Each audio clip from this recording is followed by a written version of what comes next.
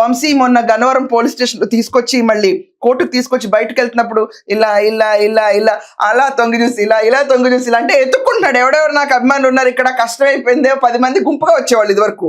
ఇప్పుడు అరా కొర కొమ్మకొక్కడు చెట్టుకొక్కడు అయిపోయి పాపం అలా అలా అంటే మీరు చూస్తే ఆ దృశ్యాలు కనుక I'm sorry, I'm unable to play. ఎందుకంటే అది స్కిప్ అయిపోయింది నాకు.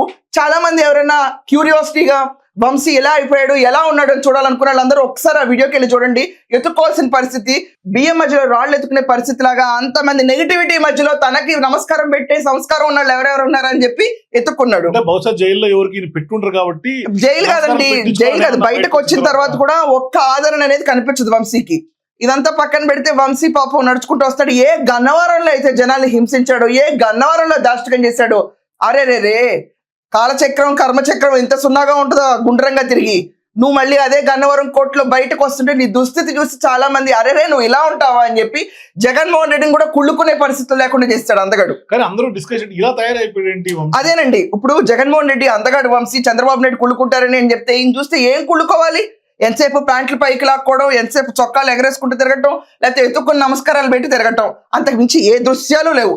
ఇతనికి ఏంటి తుంటి నొప్పి, ఏంటి స్పైనల్ కార్డ్ ప్రాబ్లం ఉంది, నాకు మంచాలు ఇవ్వండి ప్లీజ్, ఈ గోల.